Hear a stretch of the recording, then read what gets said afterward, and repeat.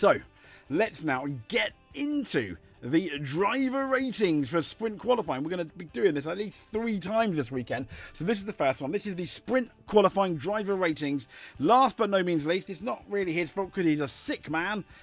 I mean, like, you know, not in the head or anything like that. Please don't think that. But it is Carlos Sainz who, yeah, I mean, it's almost like by default, just ignore that.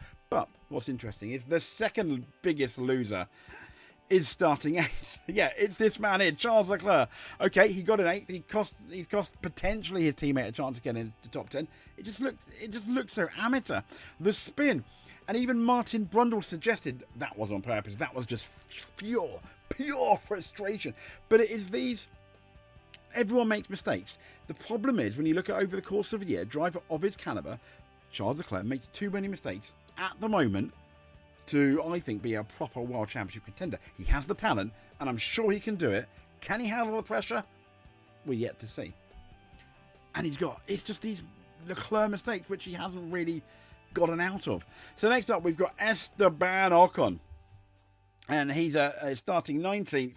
Yeah, I mean, what can he do? And Tsunoda, I mean, he didn't even make it out, did he? I mean, he had that whoops-a-daisy in practice, didn't he? When he boshed the car, maybe that had something to do with it, but still, not particularly very impressive from Yuki Tsunoda, one of our losers, along with also this man here, Liam Lawson, again, qualified all the way down in 17th, where Hadjar qualified in 9th. Are we watching the end of Liam Lawson's career? I really hope not, but I don't know.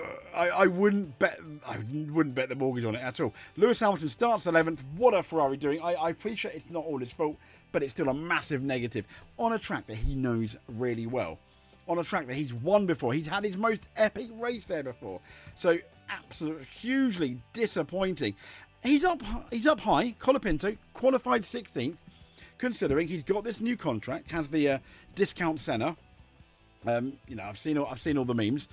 He is talented, but he's not consistent enough, and he's been, you know, beaten by Gasly this year. I personally am surprised that he did get that new contract. I'm surprised that Jack Doohan didn't get a fair crack at the whip again. But then you got Flavio Briatore running. Yeah. So Ollie Behrman, a bit of a negative, all the way down to 15th. I mean, the only positive for Ollie Behrman, I think, really, is he ended up out qualifying Esteban Ocon. But I think he's also won a Ferrari Academy driver in a Ferrari engine, screwed by another Ferrari driver by the name of Charles Leclerc. Yeah, he didn't get a lap in as well, I think, because of Charles. So, Pierre Gasly, again, not bad, 13th. I think that's fairly solid for Pierre Gasly. Not bad at all. So we're getting into the slightly positives now. One of them I want to mention, Bortoleto, 14th. Okay, he didn't set the world alight. Yes, Hulkenberg has out-qualified him, but with all that pressure, and I do think in Brazil, because of the whole Senna thing, etc., there's even more pressure. He didn't embarrass himself. He qualified 14th, which I just about think is a positive. Next up, we've got Alexander Albon, finally out-qualifying Sainz, albeit Sainz is kind of handicapped, but he's 12th. And he puts himself in a position in the sprint race where he could get pole position, maybe. I've just seen the Mexican Grand Prix, the Mexican Grand Prix thing above my head. Absolutely, completely ignore that, if you will. That would be absolutely fantastic. In fact, let's close it. Why it's up there, I have no idea. Okay, so moving on from Alexander Albon. Who is next on the go gravy train? It's going to be Mr. Isaac Hadjar. Well done. You about qualified Lawson. He's doing absolutely what he needs to do. He qualified 9th. Yeah, Lawson 17th. He's going to Red Bull next year, isn't he? Let's be honest.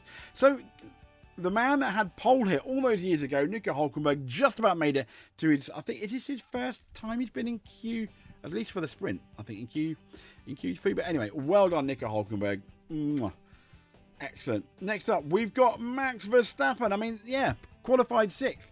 Not what you really expect. Now, I was kind of hoping, / kind of thinking,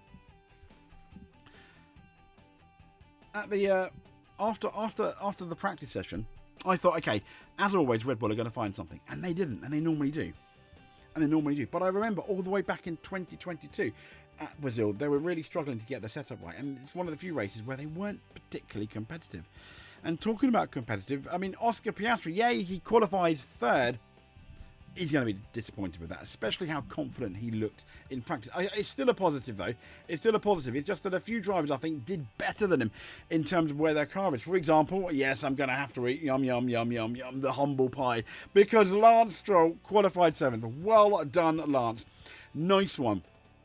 George Russell did get out qualified by Kimi Antonelli. He is starting 4th. I don't think that's too bad.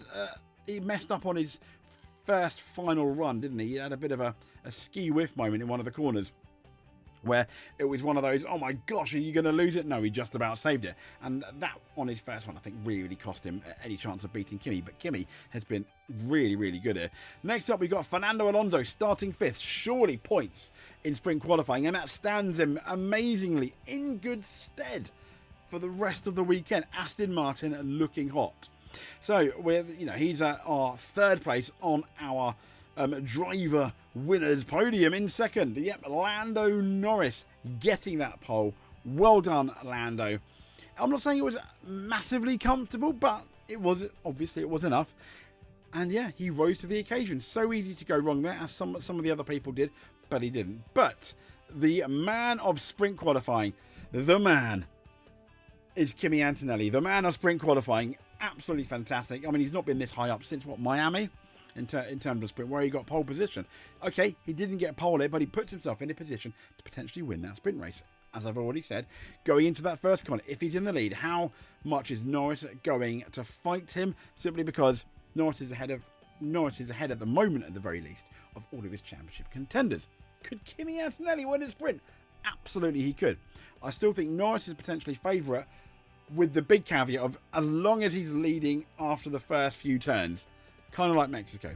I think he will, but we will have to see. If I remember last time, Kimi Antonelli did not have a good start at the Miami Grand Prix sprint, sadly. So I hope he has one here, and I hope he gets on the sprint podium. I really, really do.